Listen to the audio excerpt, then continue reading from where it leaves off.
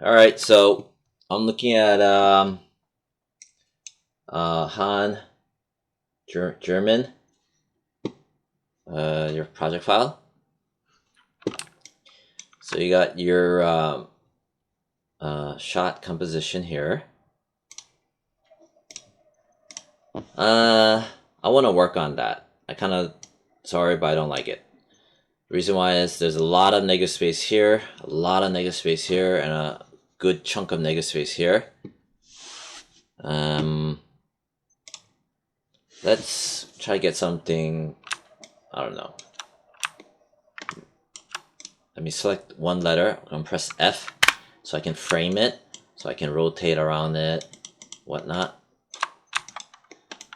Okay. How about something like, something like that. You have a nice horizontal line. You got this negative space here that's going across like that. It's very strong, I think. Has a nice line angle here, here, and here, and nice lines going there. Ooh, but we cannot see the other letters. I love this though. This is dope. Ooh, let me fix this. Yeah, the cards are out way too far. Alright, let's fix that. Yeah, that thing's bugging me. Then I'll go back to your shot composition. Panels, layout, 4 panes. Here's the... why is there a keyframe? Yeah, if you see this, that means you accidentally placed a keyframe, which is the S, as in Sam, key.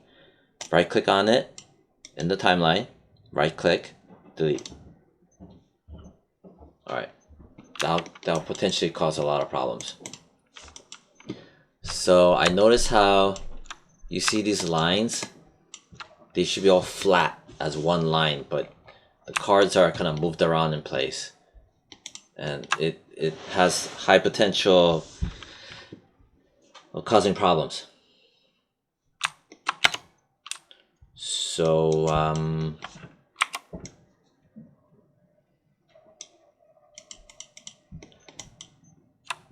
I'm going to do is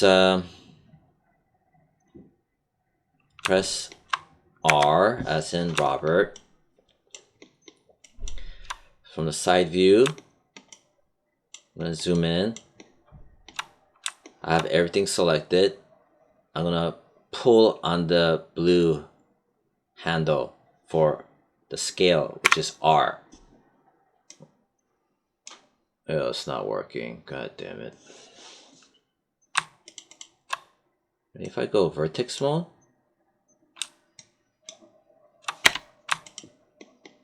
yeah. So what I'm going to do is I have everything selected, right click on one of it, go vertex mode. See, it turns to vertex. Hover over this guy, right click on it, vertex. So now he's also in vertex. Hover over him, right click on it, vertex. So you could have all of them selected as vertices, vertex mode. Highlight, select all of it. Hopefully this will work. From the side view, I'm going to pull. Yeah, now it's working. Now it's flat. Good, good, good. Now all even. Because that'll cause issues later. Again, I'll do that again, just in case if it's too fast. So, oh god, I hate that selecting the background. Hey, nice, you have everything nicely laid out.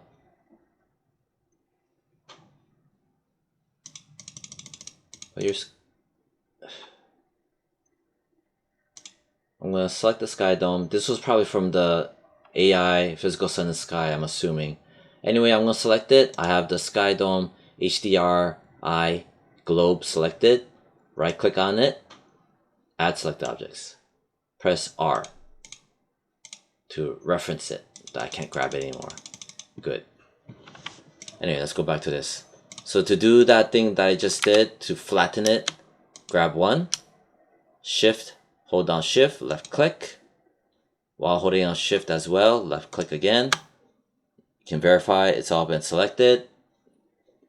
Hover over the first one, right click and hold, choose vertex. See it turn to dots. Hover over him, right click and hold, choose vertex, turns into dots. Hover over him, right click and hold, choose vertex. That's how you can select multiple objects and convert them into vertex mode. Marquee select all of it. Spacebar, spacebar into either side or top view, doesn't matter. What does matter is how you're scaling them. Press R to get the scale tool. I'm going to pull here because I want to flatten it this way, which is Z, blue. This should be blue, but it's not. Anyway, I want to flatten it. Zoom in a bit. I'm in vertex mode, remember? From here, this handle, which is the scale, which is a box, it looks like a box. Pull. So I'm using the vertices to pull and flatten. Now it's one flattened card. I mean, it's not one card, but they're all flattened evenly amongst each other. Now right click, object mode. Right click and hold, that is. Now this one is also still in vertex mode. Only he is in object mode. See, there's no vertices. Hover over him, right click, object mode. See, now it turns to green lines. Hover over him, because he's still in vertex mode, right click, object mode, let go. Press W, select, select, select. Press 5. This doesn't matter. Space. Now I need to be in, I can go here. Alt 5, yeah.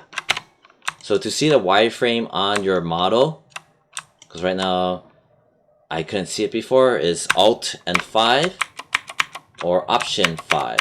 If that doesn't work, shading, wireframe unshaded. I want to get rid of the grid lines. Click this guy right there. Now I can see it. Now, whole point, I'm going to zoom in. I'm going to pull right there. Don't make it touch. Pull right around there. Where it's almost snug, but not exactly. Maybe I can go a little bit closer. Just a little bit right there. See?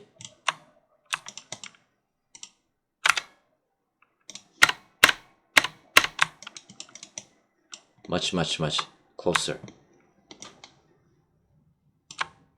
Shading. Use default material so I can see better. Ooh. What the hell? Why is this card?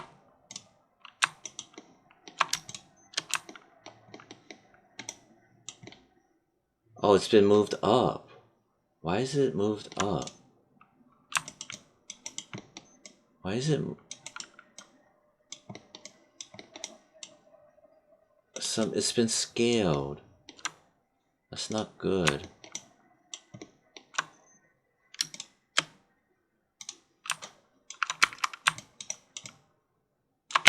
Hold on. Oh shit.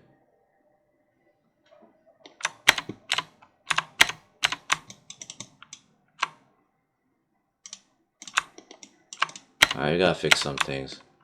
Alright, Alt 5. Shading, use default material. Alright, so when you have your project, make sure to fix this. This is not good. Select it, go in the front view. Right?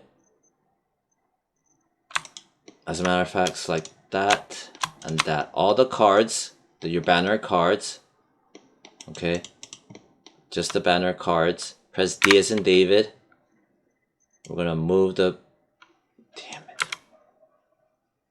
No, never mind. Zoom in. It's like one at a time. Press D as in David. I'm gonna just kind of yank it down, put it over here like that. Maybe yank it down.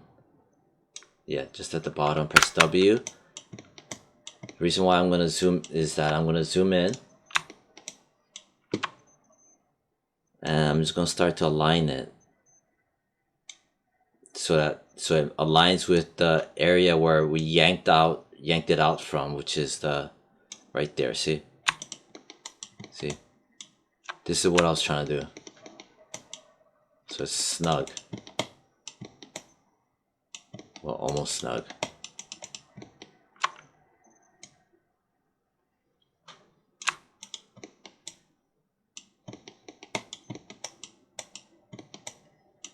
How did it get slightly different? I mean, it should be okay. I just don't understand why that happened. It should be a perfect pullout.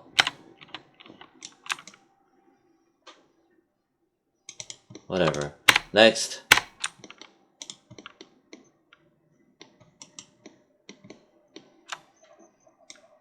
Yeah, I'll just do something like this.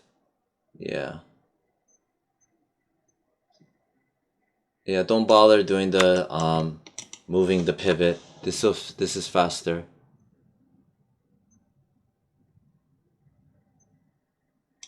Yeah, alright, that's good. Next. Press 4 if I want.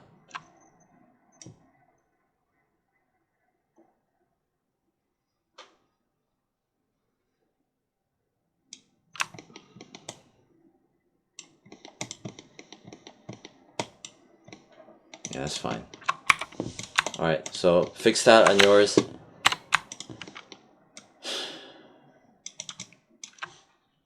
Alright, next.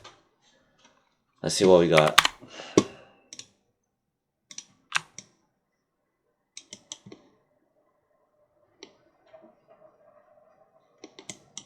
Ooh, I kind of don't like this cropping on the hands.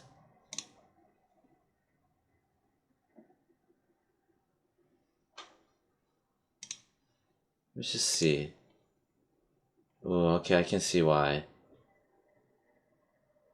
Yeah. I mean, you could scale the image in Photoshop, the gymnast, so it kind of fits in better. You could scale the gymnast in Photoshop. Yeah, but whatever you do, so that it fits within this border lines in Photoshop. But whatever you do, do not move the UVs. Yeah.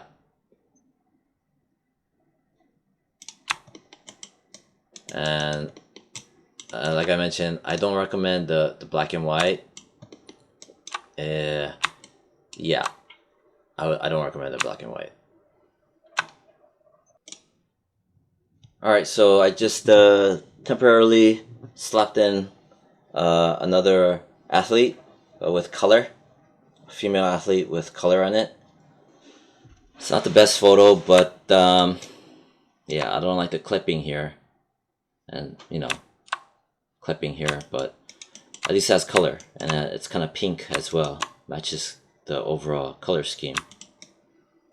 Because reason why you want color is it's gonna emit color from the banner, but with the black, the gray tone color doesn't do much. All right, so what do we need to do? Let's do a test render, but before that, let's get a render shot going.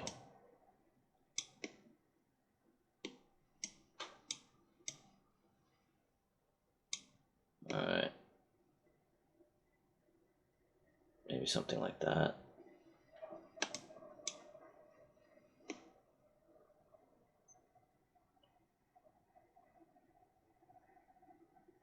You could do something like that.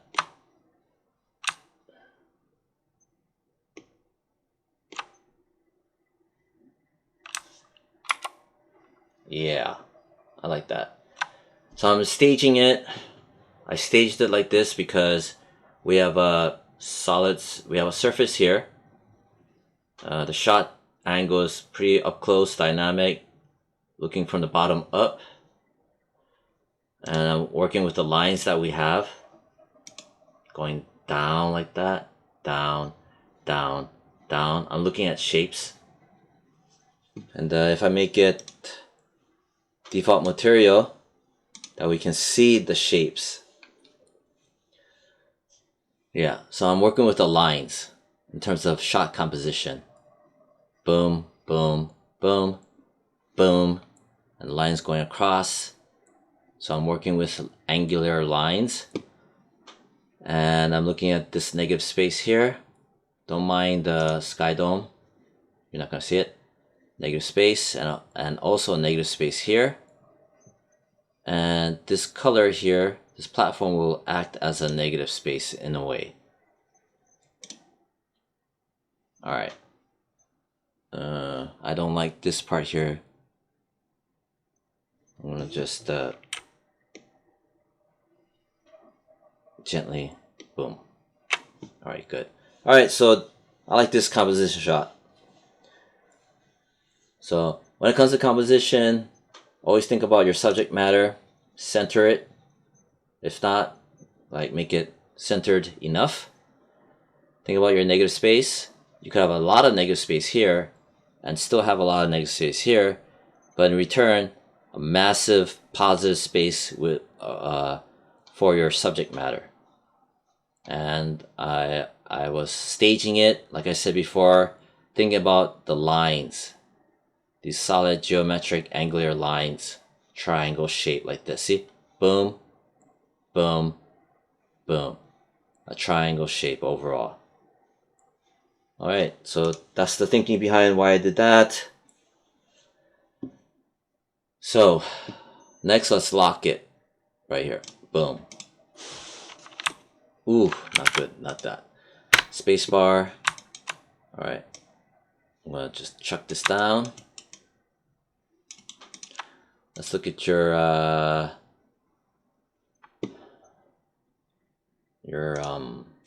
area light. Set to 1.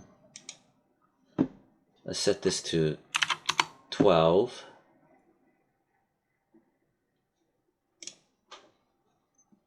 And let me see your sky dome light.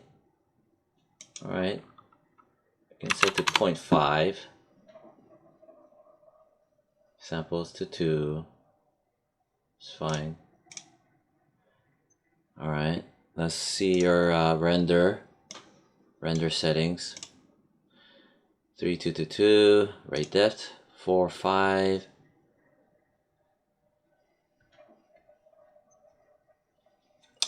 Let's set to start off at 2 and 2 so you can see the progression. It's important to see the progression. That way you see how things behave.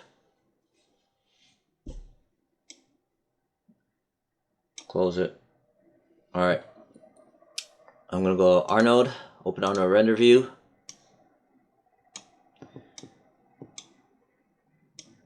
Alright. And I wanna make it bigger. On my computer I can afford to do larger render size, meaning that render settings, right? Again, if I was too fast, Arnold, or basically this tab. That's your render settings. So right now, image size under the common tab, you got all these other tabs. Common tab, image size. You know, these are all you know, your menu stuff. Image size, click it. Right now it's HD 540. I'm gonna set it to, oh God, I hate this thing. HD 720. Yeah. Which is 1280 by 720. My computer still renders pretty fast. It's the latest, greatest Ryzen 16 core processor. So it's gonna burn through the renders. Alright, boom, boom, boom. Like I said, I dropped it down to 2 and 2. I'm gonna pause it for real quick. Alright, so I stopped the render midway. because I made a mistake, which a lot of students will also make it, so I might as well discuss it. Perspective. It should be render cam shape. That was my mistake. Render cam, which is, wait, is it? Or is it perspective 1? No, perspective 1. Yeah, it looks like you got multiple cameras, render cam and perspective 1. But just to make sure, you could verify by looking down here. That's your perspective 1 that I've set up. So I'm gonna go here, perspective 1. Alright, so here's the render. Alright, looking pretty nice. Not bad. Not bad at all. But you see what I mean by? I got my negative space here, negative space here, and I got my platform, which is grounding the design, and I got my triangle shape. See?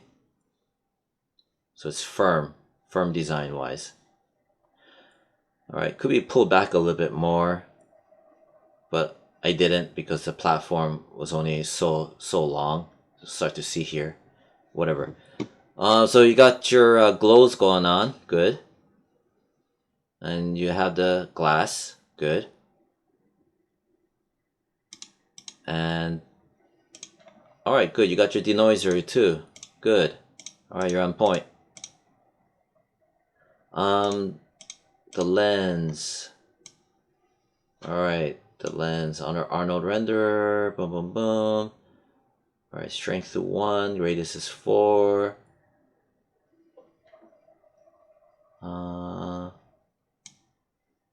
Ooh, that was pretty. Kind of don't like that.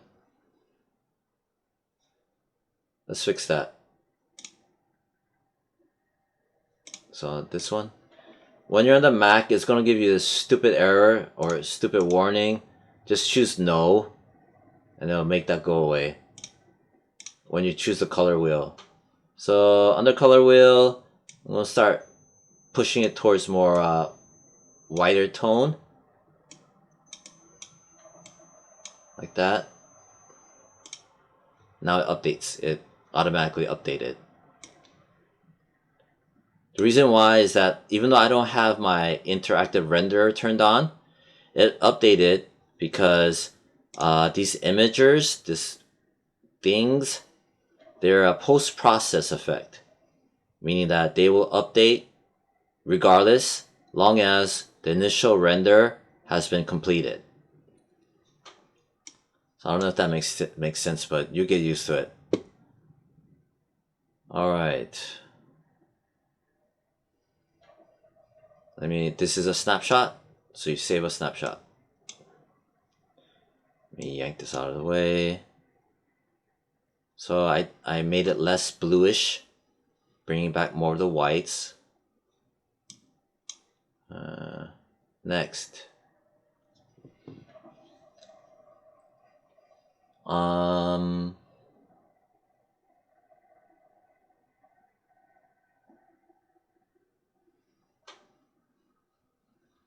Let me set the strength to, like, say 0.75.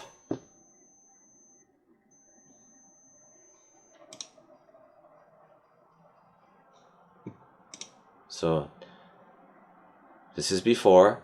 I'm gonna click. I clicked on it, so you see the before. I'm gonna unclick it. Boom. Before, after. Yeah, I like that better.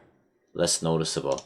What I did was I set your, have your lens effect selected. That way you can see it here in the attribute editor. Alright, so that's the only way to select your lens effect is through the render settings. Select it. You can see it here if you ever want to go back to it. It's not something that you see inside your graph editor, that's why. At least not that I know of. Alright. So what I did was I dropped it down by basically 25% from 1 to 0.2 to 0.75. So before, a bit much. I really don't like that. And then after, much more toned down. Yeah. I bet it could even be toned down a little bit more, but I'm not gonna mess with it. Or you know what? The radius, you could drop it to 3. Watch what happens. I'm gonna press it now.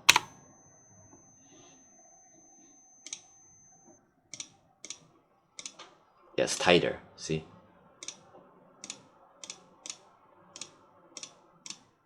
Yeah. I like that better. So, boom, boom. Radius of 3. So the radius ain't so much of a bloom effect. Alright, good. Next, let's work on the glass. So I'm gonna crank it to 5 and 5. Okay, that means 5 bounces when the light hits the glass material, because it's gonna interact with the walls of the glass. It's gonna go inside of it and bounce, like bounce.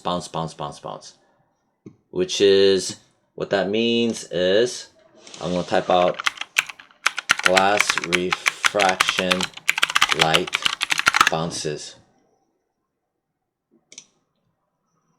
There we go.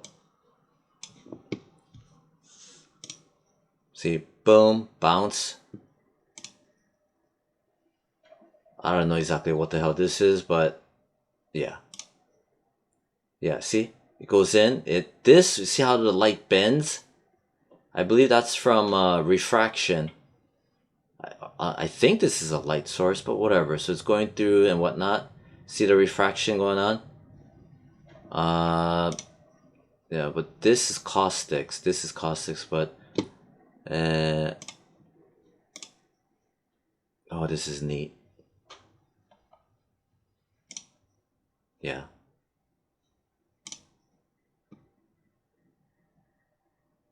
Right. Well, this is, I don't know. But yeah, light, the reason why glass reacts and looks a certain way is because of what they call, not only reflecting off of things and not only the transparency of it, but also its refractive properties. Here's refraction. This is diffraction. Not too familiar with that.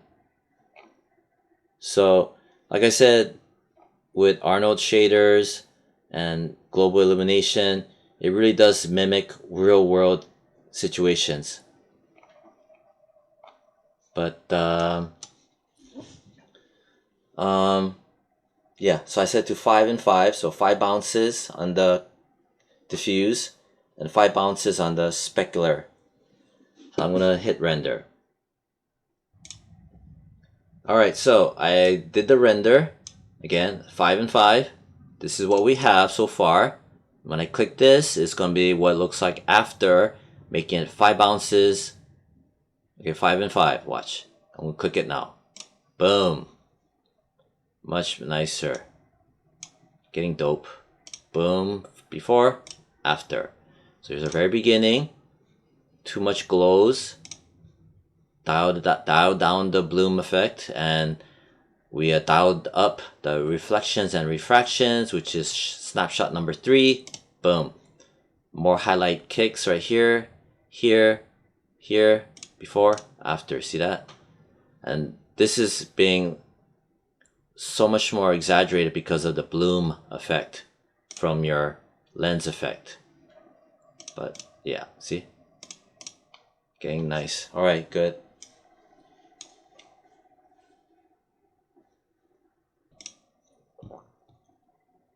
Okay, so the other thing I want to do is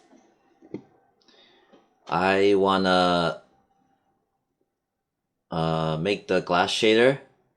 I don't know. It's maybe too clear.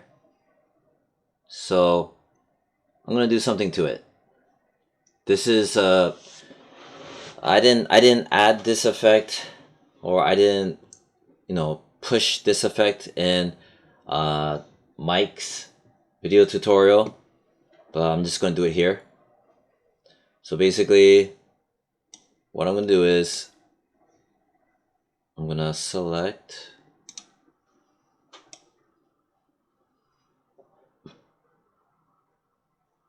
the glass shader right here. And I'm gonna look at it here.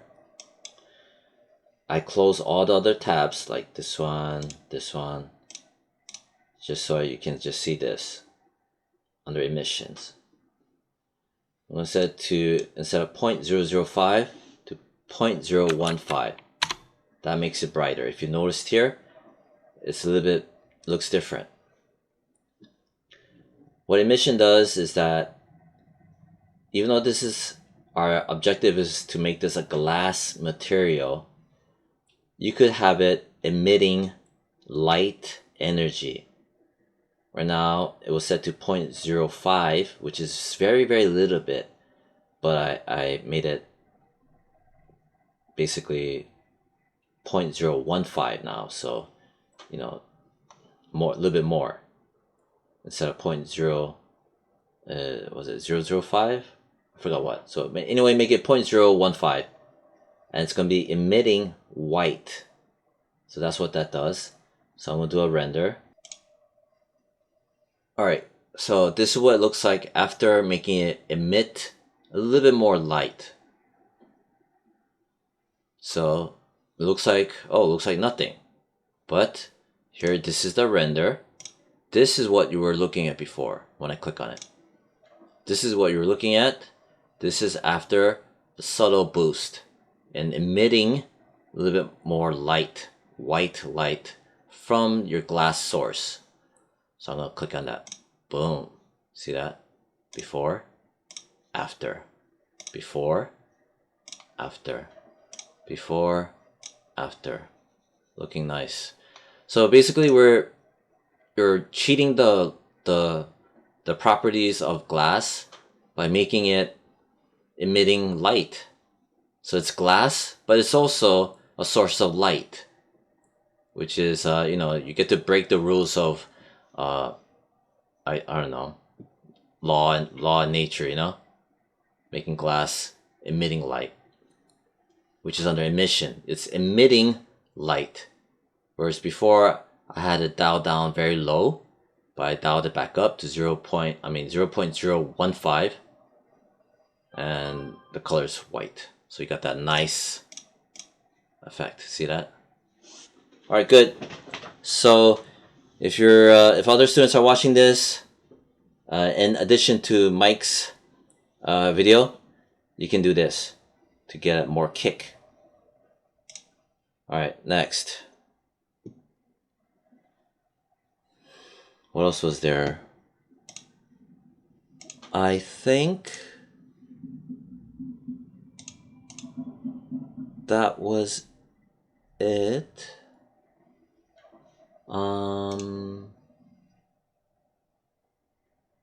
Yeah, for that was it for the glass. So those are the glass values that I dialed in. Now, oh, there's another thing. Going back to the rim light. So here's the rim light. All right.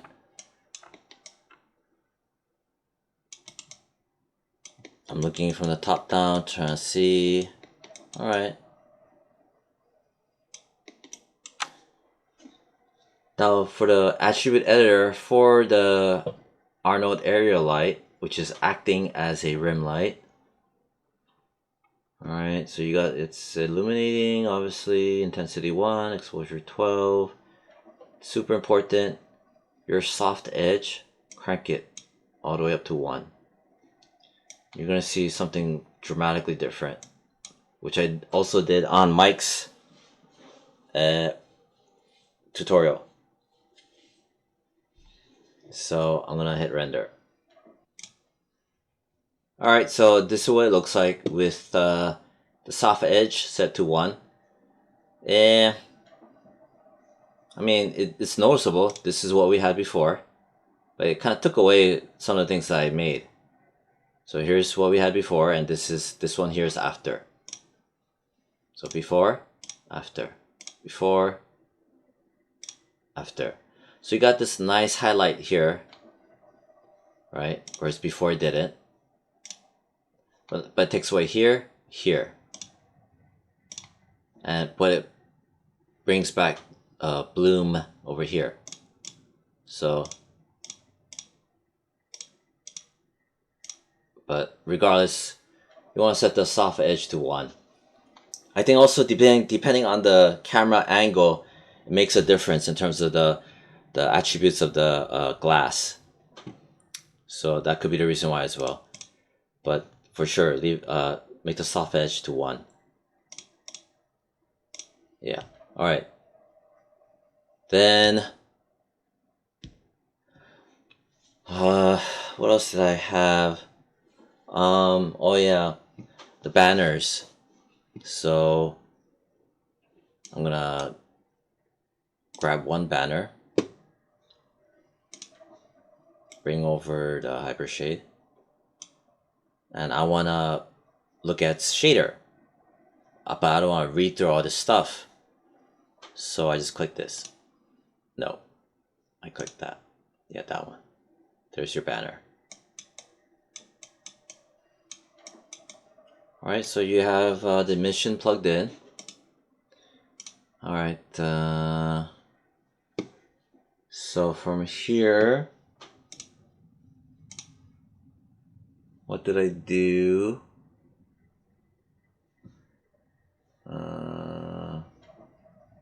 Let me just check my notes.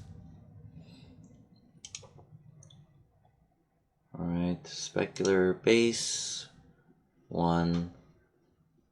Alright, specular, you gotta set to 1. Right, transmission, yeah, let's mess with the transmission.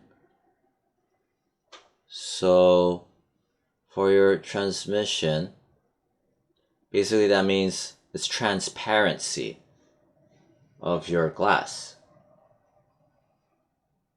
And to give that example, let me just 1 second. Where the hell is it? Alright, give me a moment.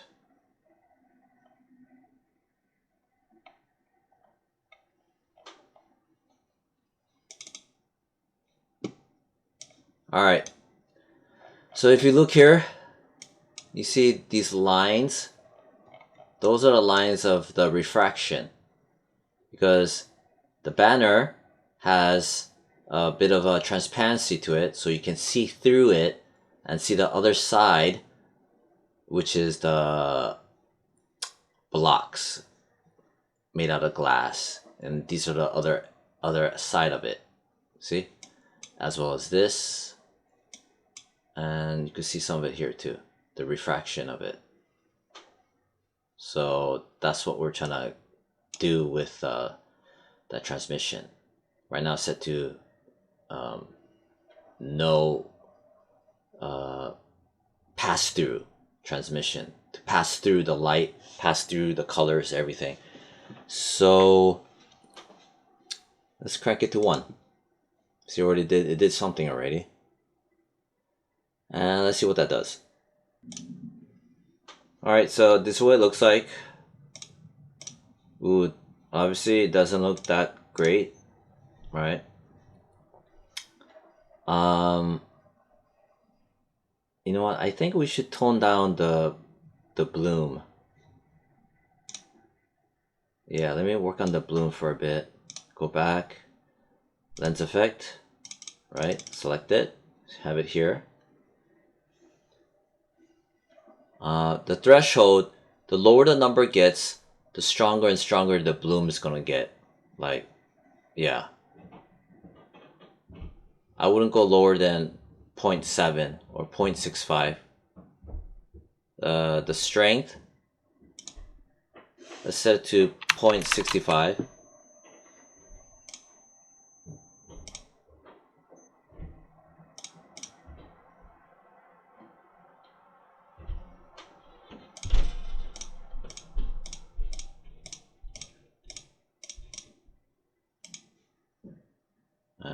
Didn't do much. Yeah. All right, fine. Let's wrestle with this. Fine.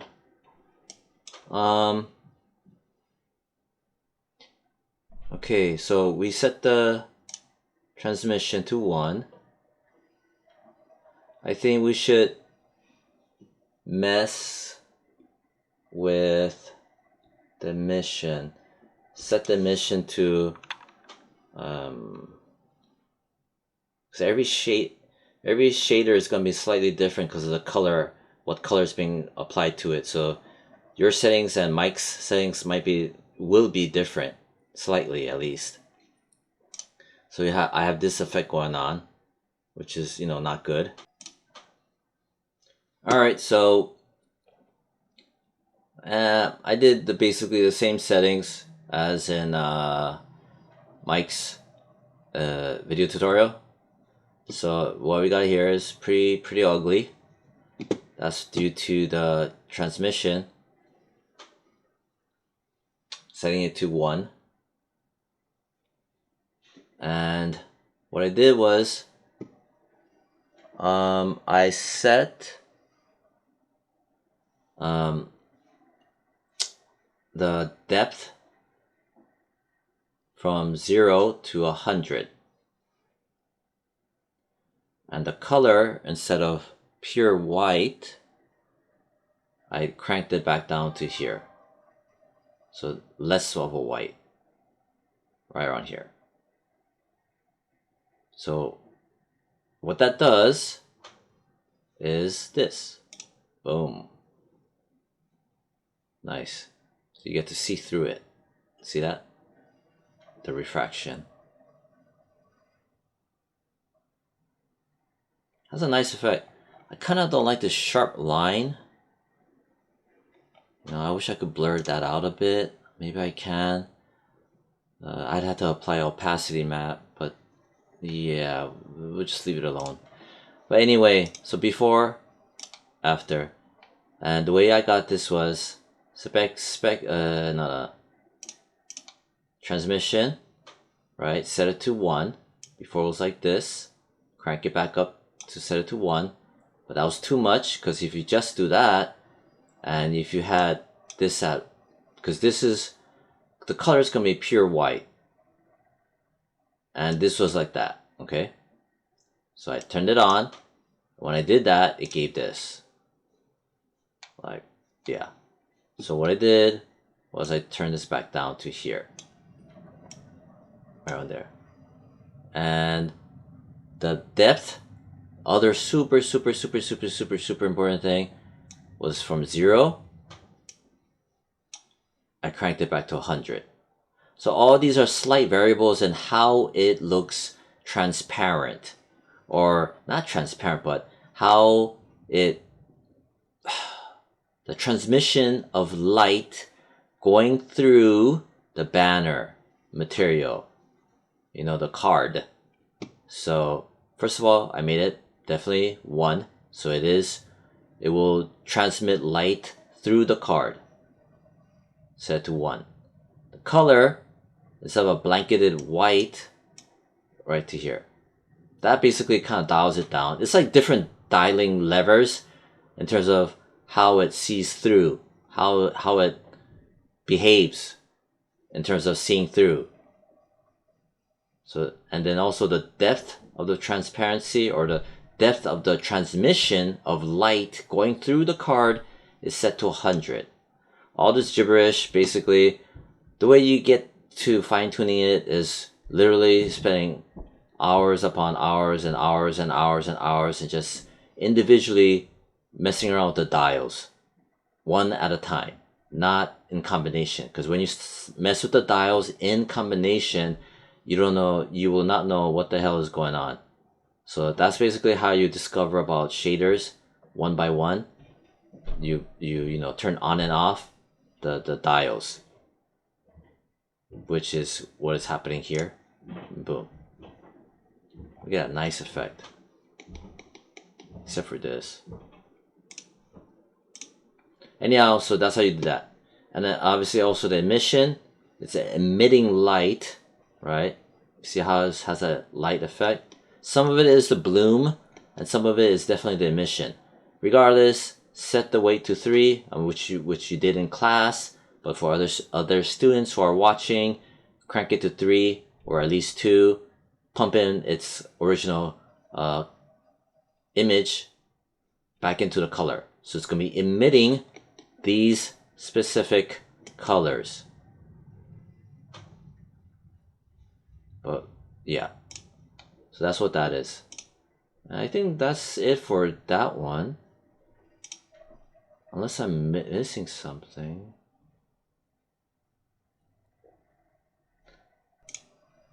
Alright, next let's mess with the other banner. You can also select the banner, surprisingly, when you look at your Arnold render view, if you click on it, you see that?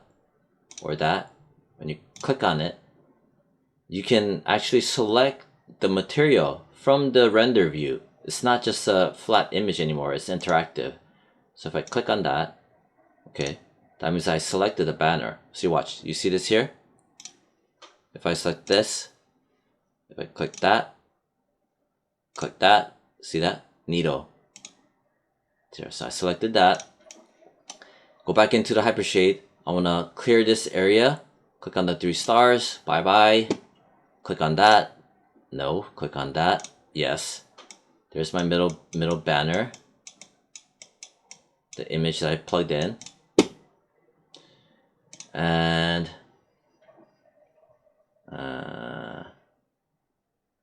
just FYI, instead of plugging the same image into different slots, which I saw what you did, which is it's okay. What you could do is under, let's say this is plugged under emission. Go to emission. I'm gonna kill it. Go back. Go grab my shader again. Emission. You could go here. All right. Don't click on it. You click on it, you're gonna go outside of the shader network. Oh wait, you're gonna not be in the shader ball settings. Click that again. Now you're in the shader ball settings. Okay.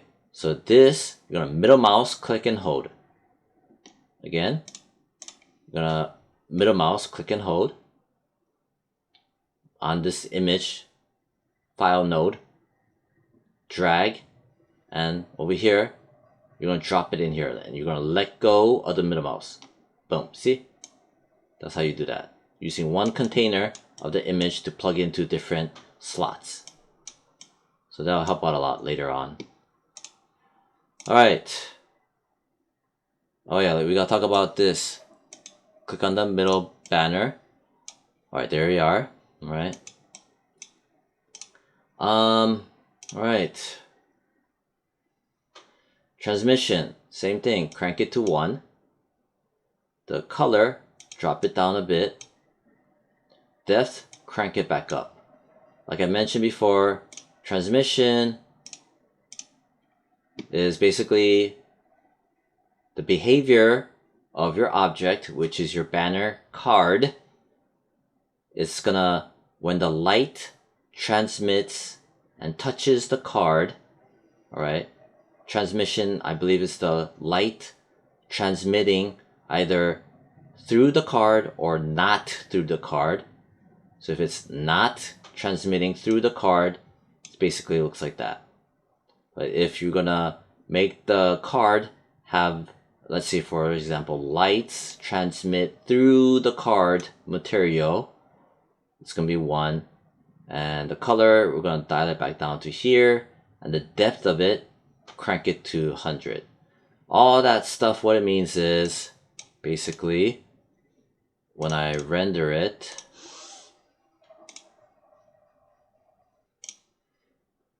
so when I render it, it's gonna look like this.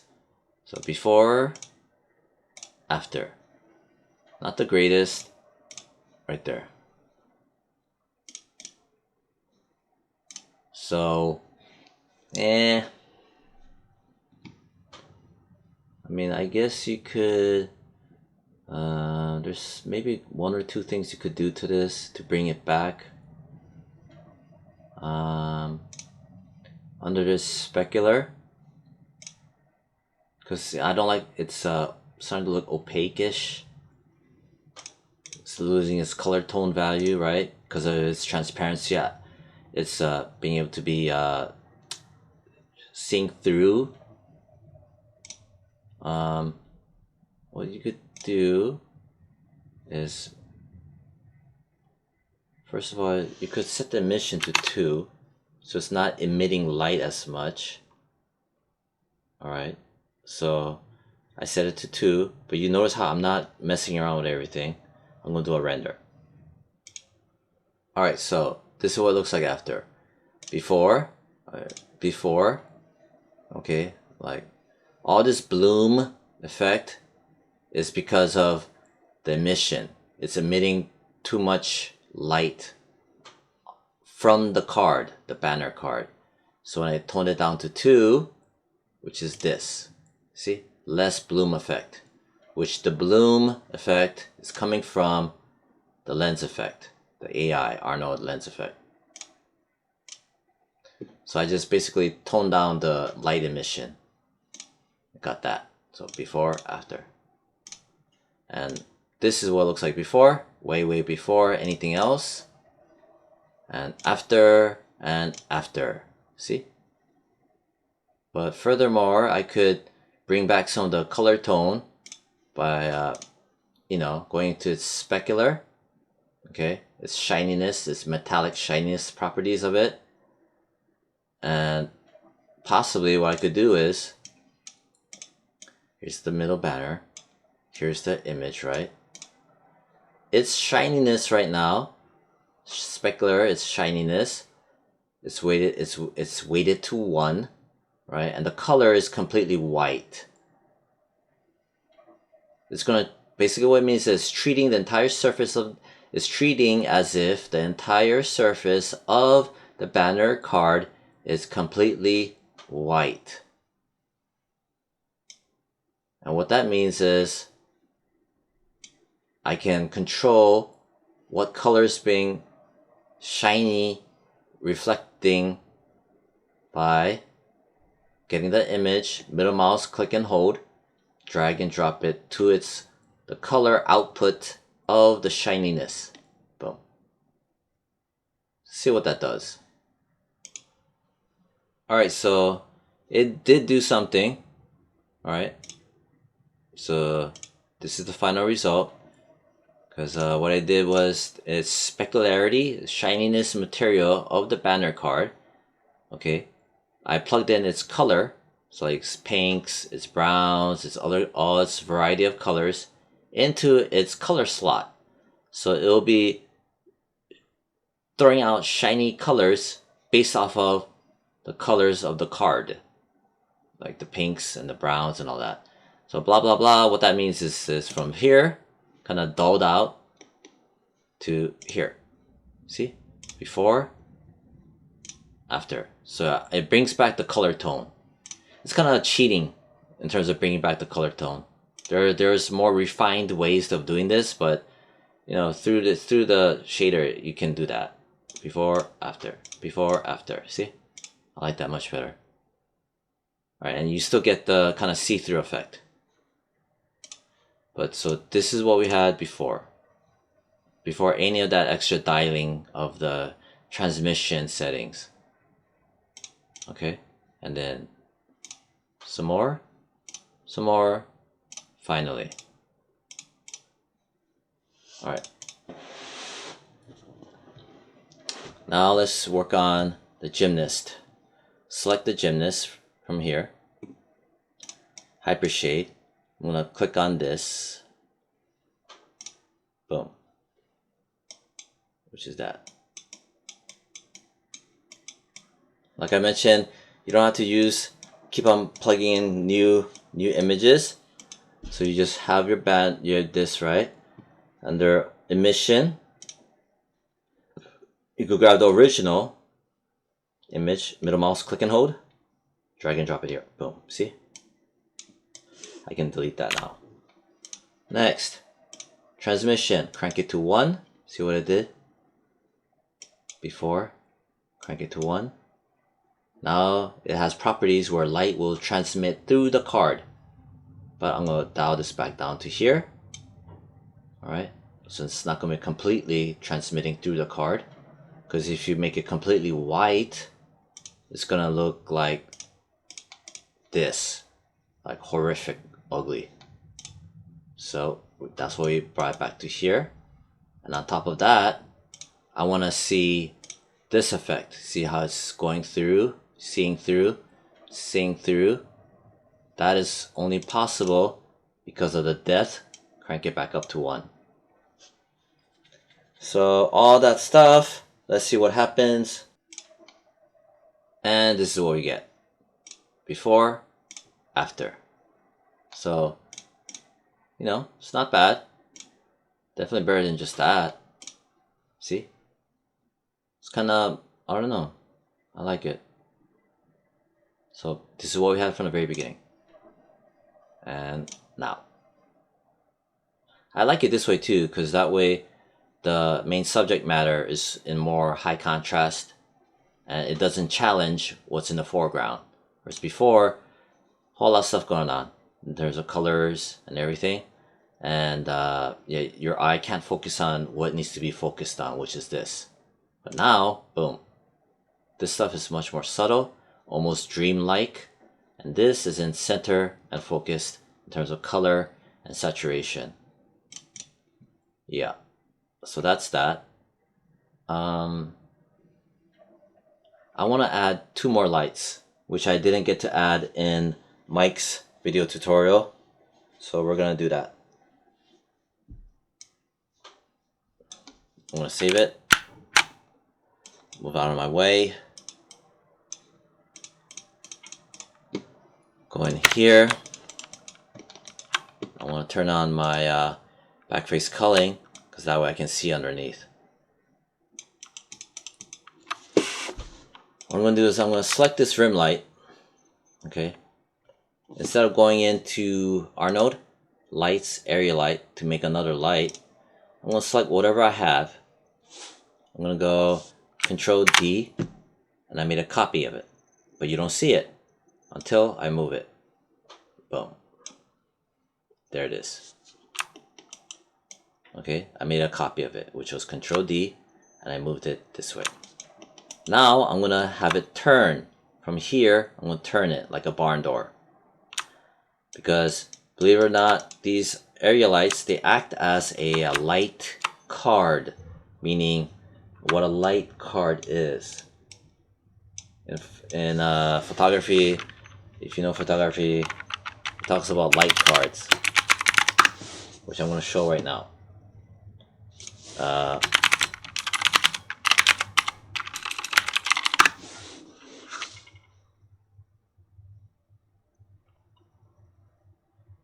Right, come on, come on.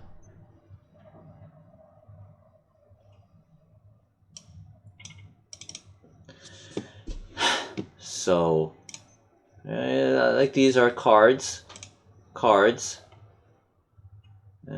something like this. See,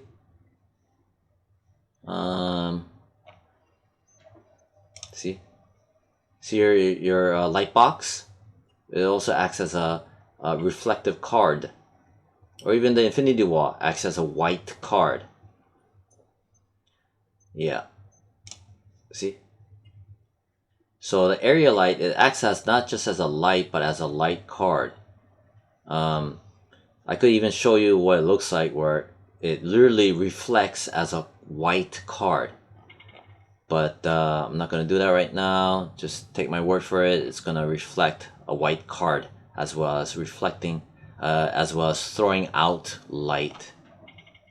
But that's what its other powerful attributes are in terms of area light. Nope.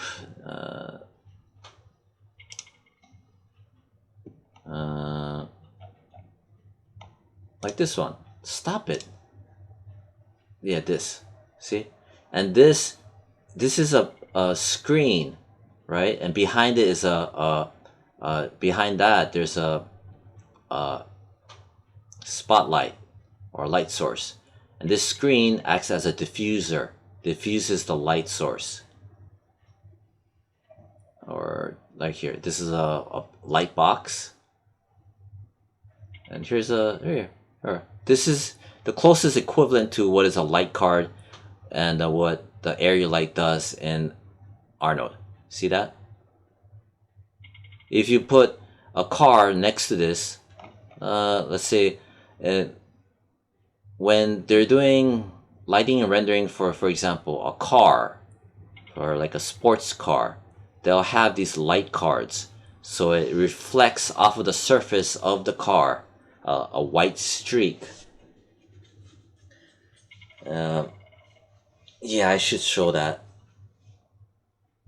Car renders. I hope I can see one.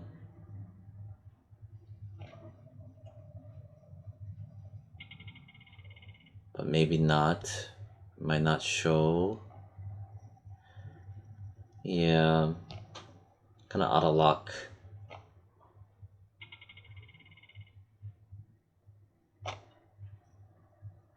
Yeah, maybe not. Too bad. For example, like this, you see how you have a light kind of streak going on? A lot of times they use a light card, or using an actual white card so that the surface metal material will catch the white card and act as a reflective surface to use. But I don't have a good example. Whatever. Anyway, so what I'm going to do is I grab it, I'm going to rotate it. The way I'm going to do that is select it, press D as in David. Remember this thing? With the handle, I'm going to move it right there, something like that. Press W. See? Now press E as in Edward. I'm going to carefully press J and hold J so I can rotate it incrementally. Pop, pop, pop, pop. Let go.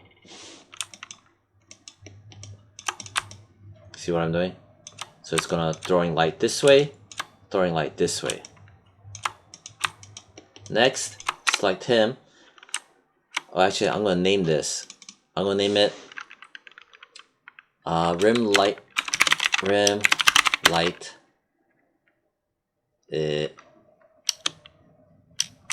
Right.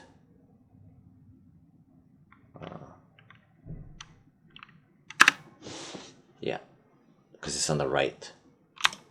Or basically, yeah. Grab this, Control D, as in Control David, D. I'm gonna move it over here. Name it RIMLIGHT space left. I'm gonna adjust its pivot point. Press D as in David to activate the moving pivot point. Slap it right around there. Press E to get out of the pivot point manipulator, and also getting into the rotational manipulator. Hold on J, hold J, the J key, this axis right here, carefully grab it and pop, pop, pop, pop. Let go. There. See? Check this.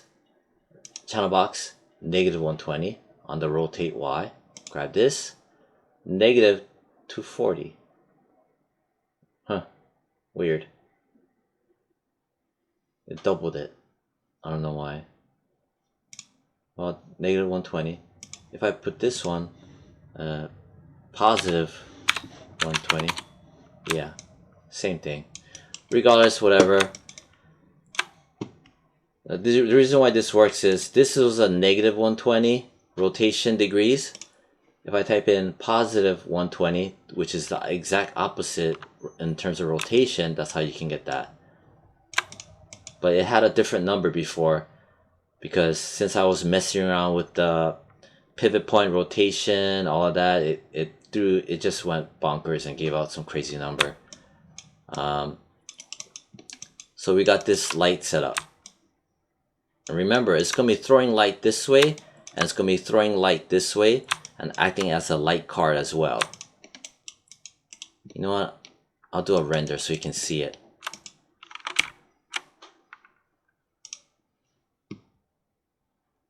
Yeah, you know what? I should show it. That's the best way to show it. I'm going to select it. Under its attribute editor, you don't have to mess with this, just don't bother. I'm just going to, for the sake of showing the class. This means you can see it. Visually, literally see it. And see what I'm talking about. I'm going to go like this. I'm going to go over here. I'm going to choose my regular camera. My perspective camera. I'm going to do a render. Alright, so I did a render just to show what I'm talking about. This camera doesn't mean anything about a camera. It means that the area light will be visible to the camera at full value of 1. Before it was 0, where you couldn't see it, you couldn't see the light card. But now you can see, you can literally see it. See? That's what I mean by. Now I'm going to turn it back off. When I turn it back off, you won't see it here, but it will behave like it's there in relation to the reflective surface. You won't see it here, but you will see it on the surface of your object material. That's basically what I'm saying. Right, so I'm going to go back to render cam, perspective 1. I'm going to do a render. Alright, so you'll see exactly what happens when you add these additional fill lights. This one and this one. Alright, it's a big difference. Subtle, but definitely noticeable in a good way. So I'm gonna let go of this. This is what we had previously. When I let go of this, you'll see what rendered out. See? Before, after. Before, after. See the highlights here? And watch here. See? Also, if you look at our main hero asset, see how much nicer it is? Look at that. See that? Boom. See this? And this? All of this here? Watch, I'm going to zoom in. Before, after. Before, after. Before, after. See? Even got nice little rim light kicks going on. Well, that's from the bloom effect, but it's only being able to bloom because I have additional light sources. Very, very, very nice. I highly recommend doing this. See that? And even this here, such a big difference. Alright, I'm glad I did that. I should have put this inside the first tutorial as well, but too bad. Next.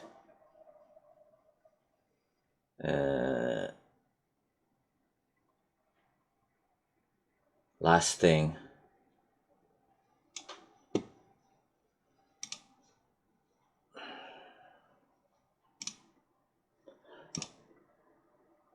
Is it this one?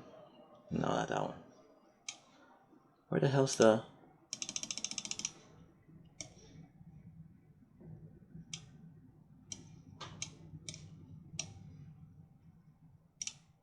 Alright. Let's check some of your other stuff. 0.5.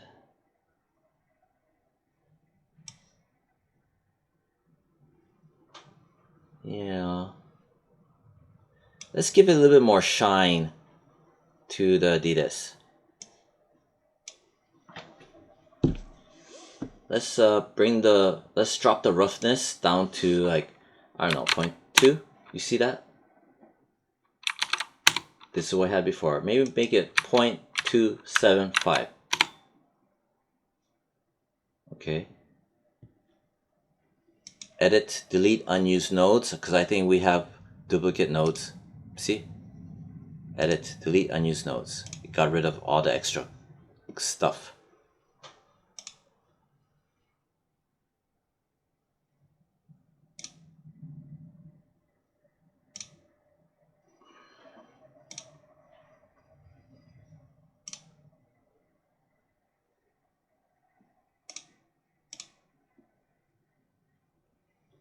Alright, 0.2 and 1. Let's make this one 0.2 and 1 as well.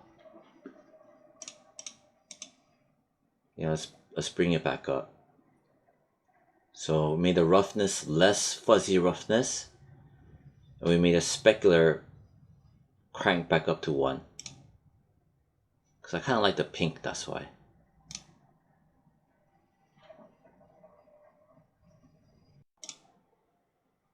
Alright, so it wasn't the best idea. This was what I had before and after. I don't like this. It's throwing off. It's distractive. Before, after. The reason why I have these weird looking highlights is because I made the roughness less, so you get to see the streaks more. Whereas before, this is before, after, and also the specular is a lot stronger. Now if I made this say 0.3, make it more fuzzy, but keep the weight at 1, full reflectivity, I wonder what that would look like. Alright, so it looks a little better. Before I had this, and then now toned down a lot. So this is what I had before. Okay. After, bad idea. Tone it down some more. Okay. Before, now. Before, now. So this is what we do in terms of shaders. Now, so I brought the roughness back up. But now the weight, maybe I'll make it, I don't know, 0.7.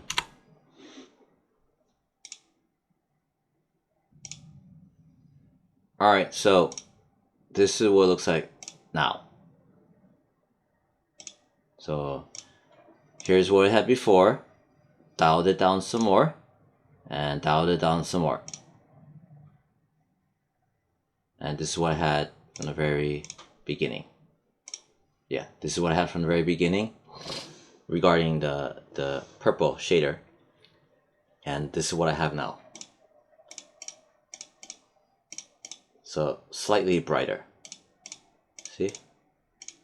Still got some of that reflectiveness. See? Right here.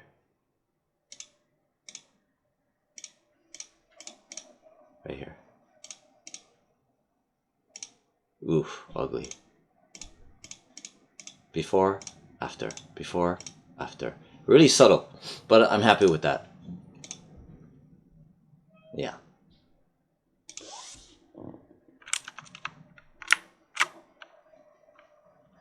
So basically, the specular, right?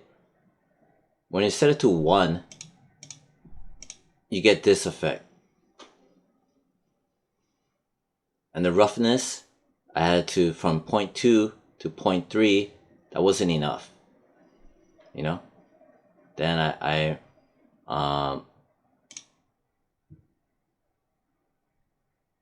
it was at a 0.2. So what I did was I dropped down the weight of the specular, which is the reflectivity of it, to a 0.7. So it brought it down a lot from here to here. See? Here, all that reflectiveness gone. But still more than what I had before.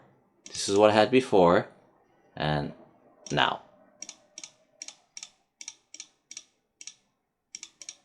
Inside. So I guess the magic combination is 0.7 and 0.3.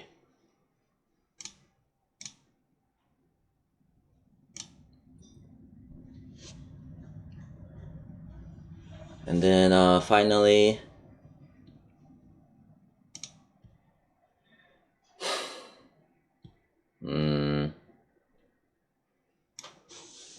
I want to add a couple of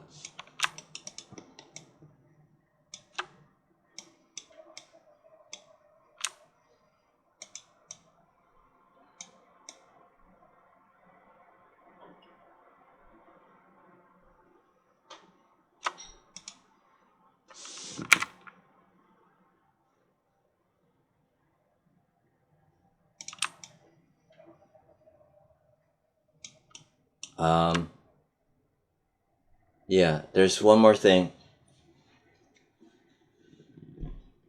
This is gonna be animated, so chances are that the letters are gonna move, animating across like this. But you see how, let's say it animates like this, right? See how it's going through the area lights. This causes issues between the area light and the material, the object material. So preemptively gotta make the cards, the area lights, not protrude out in this area. So basically what I'm gonna do is I press R, and since I luckily have my pivot point here, it's gonna scale in. So I select it, press R for scale, and over here I'm gonna pull it back to like 40. Scale X, make it 40.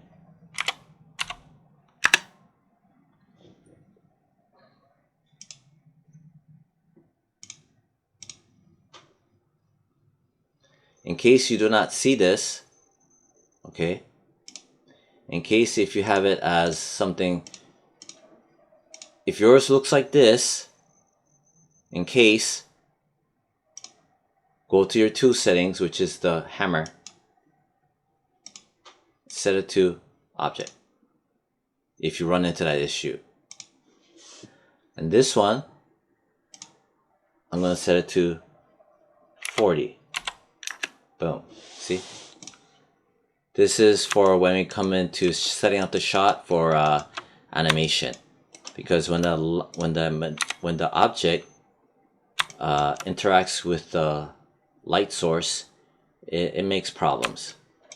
That's the reason why, for example, one of the animation exercises is going to be where the stuff comes across. The stuff, the hero assets comes across like that, from outside in. And it cannot go through this line of action. So, yeah. And I also want to generate one more. I'm going to grab him, Control D, move it up, move it this way, press E as in Edward, hold on J as in Jacob, press and hold. I'm gonna flip, flip, flip, flip, flip, flip, flip, and flip. And then hold on J again, flip, flip, flip, flip.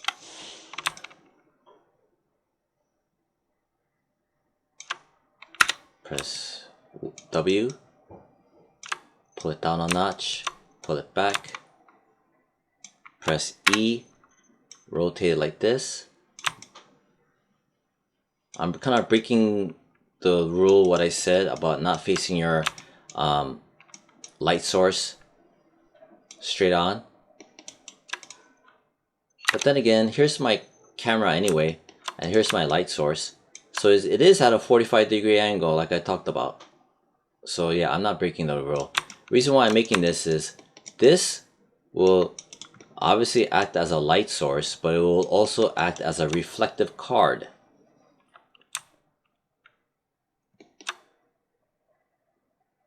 Which will show the reflection here.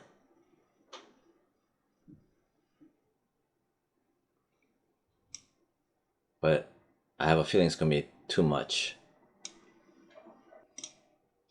Alright, so what I did was the light card, you know, I just moved it and rotated it, right? And this is what we have before, right? So boom, boom. Yeah, before, after. Before, where I thought it was lit okay. After, before, after.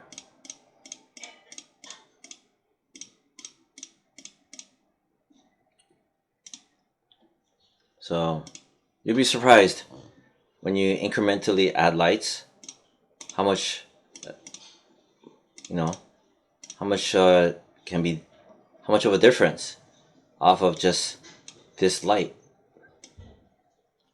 You know, it's basically a fill light, like I showed in class. Boom. Before, after. Big difference. Before, after. Much, much nice.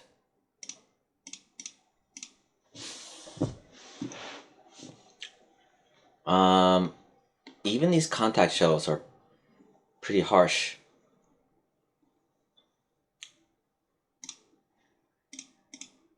So there's something you can do, which is, I'm going to name this front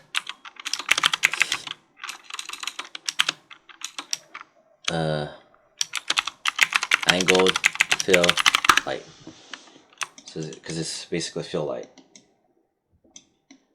And I'm gonna grab this, Control D, move it over. Again, that was Control D. I'm gonna hit E as in Edward. I'm gonna rotate it like that. So this is at a rotate X is at 90 degrees. Press W, move it like this, pull it down,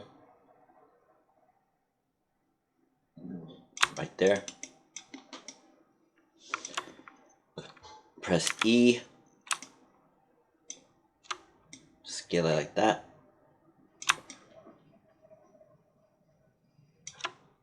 Press W, move it down like right around here.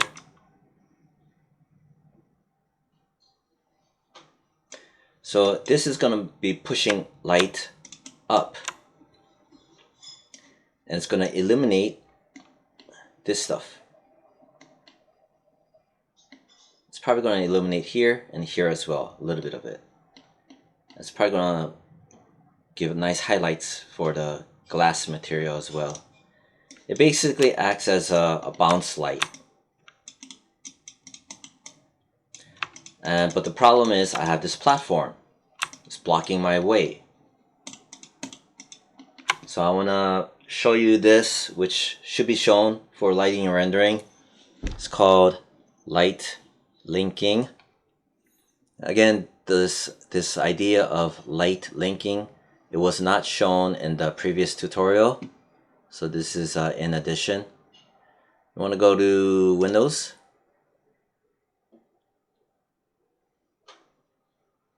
Relationship editors.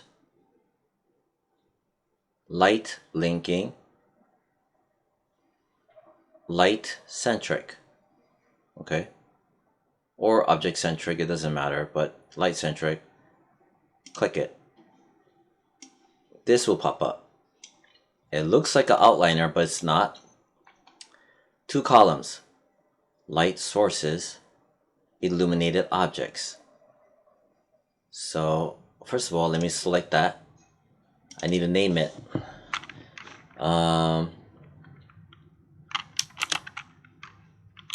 Bounce light from underneath.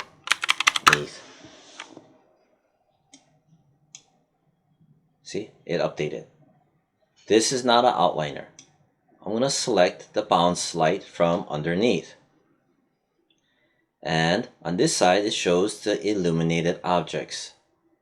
I wanted to not illuminate my platform. Uncheck it. It will not illuminate it. Thus, the platform will not affect the area light. It will not block the area light's light because I unchecked it. It's not interacting with the platform. It's as if the platform does not exist for the bounce light from underneath. But it will affect the big stripes. It will affect the small Adidas logo.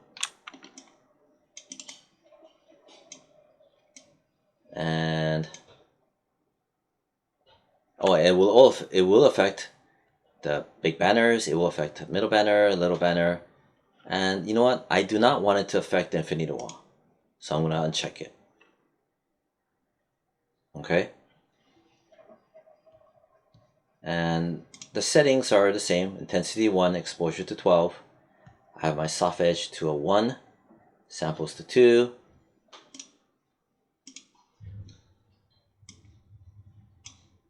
And let's see what happens. Alright, so yeah, it was a bit too much. Before, after, before. I like the glass. Before, after. That looks pretty neat. Before, after. Before, after. But this is insane. Yeah. I guess the reason why is that I forgot how, since the area light is so close to the objects, like literally this close, the energy from the light is just blasting, literally equivalent to, you know, pushing your real world lights right up to the surface of the object. You get that blowout. I mean, in other circumstances it'd be pretty cool, but not this time. So I like that though. See, I like that. Even this, it acts as almost like a rim light here. Even that, I like that. I don't like that though. This. I like that. That's okay. Even this. It's not that distracting either. You know what you can do? What I'll do is I'm gonna disconnect. First, I'm gonna save it. I'm going to literally disconnect the letters. Where's my letters? Small Adidas. I'm gonna click on that. Oh, it's not updating. Right. Sometimes you'll see that. You see that? It wasn't updating for whatever reason. That's why I just click here. I click it back on again. Now you see it. It's a glitch. So I'm gonna uncheck the letters. So it won't affect the letters.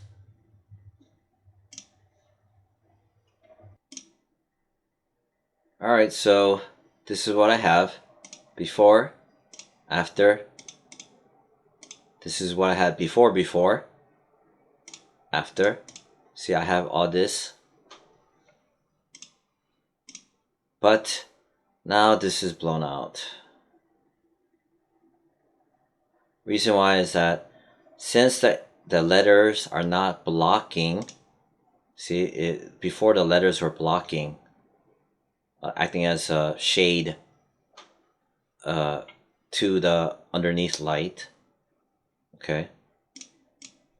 But now, since the letters are acting like they're not there in relation to the underneath light, it's getting the full blast.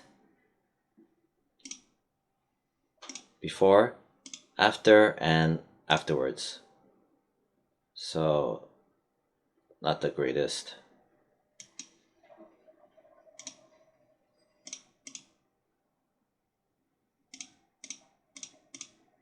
But I do like the glass effect though.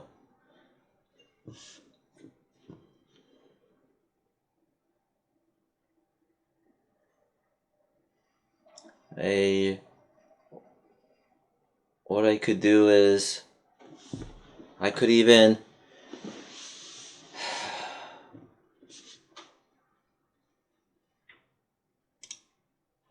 I'm gonna uncheck the large, middle, and small stripe boxes because that's part of the small Adidas logo set. Not these. These are here in the big stripes. And then, so I won't get this white blasting effect. And I'm going to grab my bounce light from underneath, from my outliner, set the exposure to like 10, lowered it down.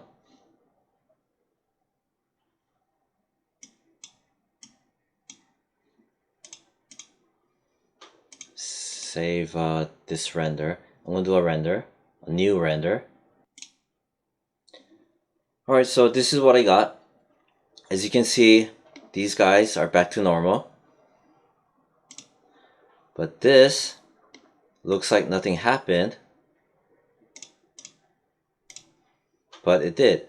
So this is what we had before. I'm gonna zoom in.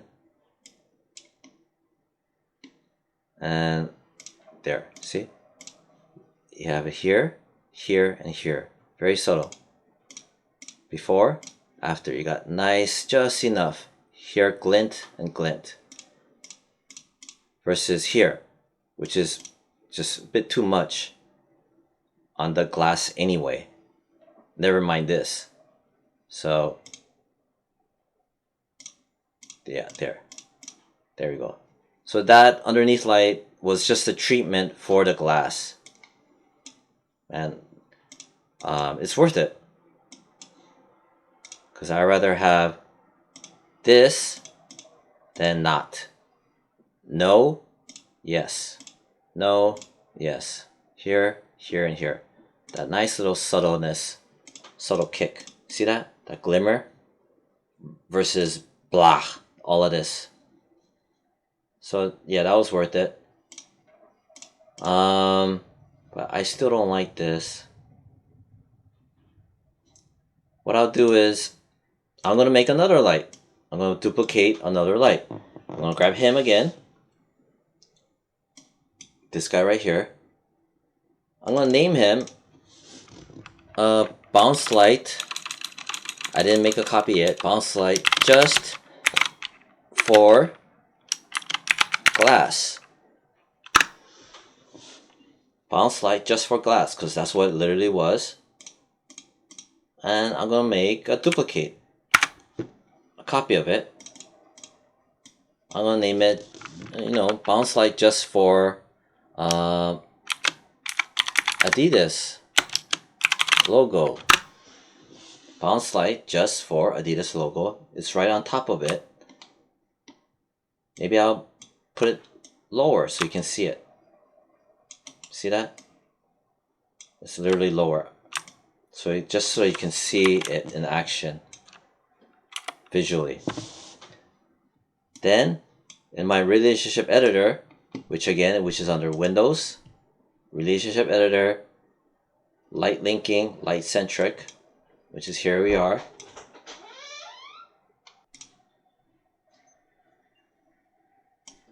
Anyway, so I made that. I made an additional light, bounce light, named it. I duplicated what I had before. This light, which is only illuminating from underneath for my glass, which I did from the relationship editor, right? So here it is. It's only affecting the big stripes. Wait. Yeah. And the banners for it. Okay. And this guy right here, bounce light, just for the Adidas logo that I made a copy of it. I'm gonna have it not illuminate the platform. I'm gonna have it not illuminate the big stripes, which are these glass ones. And I'm gonna have it not illuminate the big banners, which are these guys. I'm gonna have it not illuminate the floor, which is the infinity floor wall, but it will illuminate this, and this, which are these guys. Alright, which is here, right there. See? Its intensity is 1, exposure to 10. But 10 is still too strong. Maybe I'll set it to like, I don't know, 7.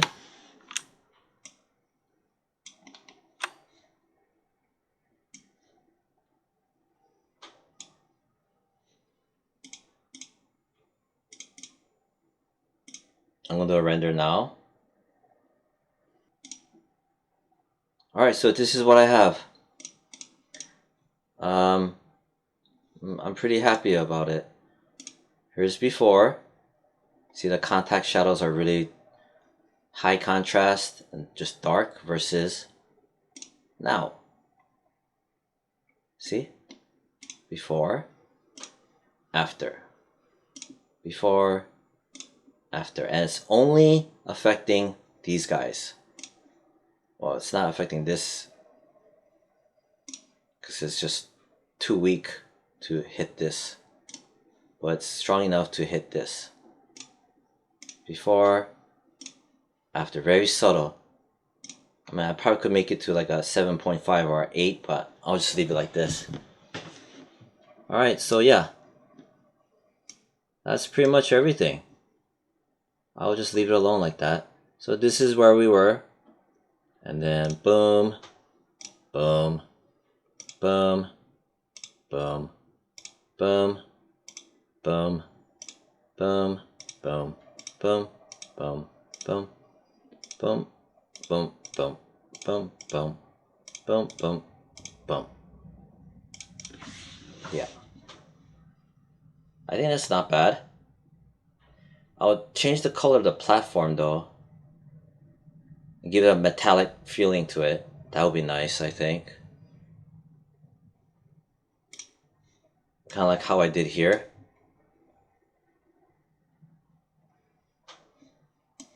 That would probably solidify it really nicely. But I don't know what color you'd want to use. So maybe I'll just leave that alone. And it's already been 1 hour and 40 minutes. Yeah. So this tutorial, it has several additions. For example, several more of the fill lights. Also the underneath light. Also how to use the light linking. Alright, I think that's about it.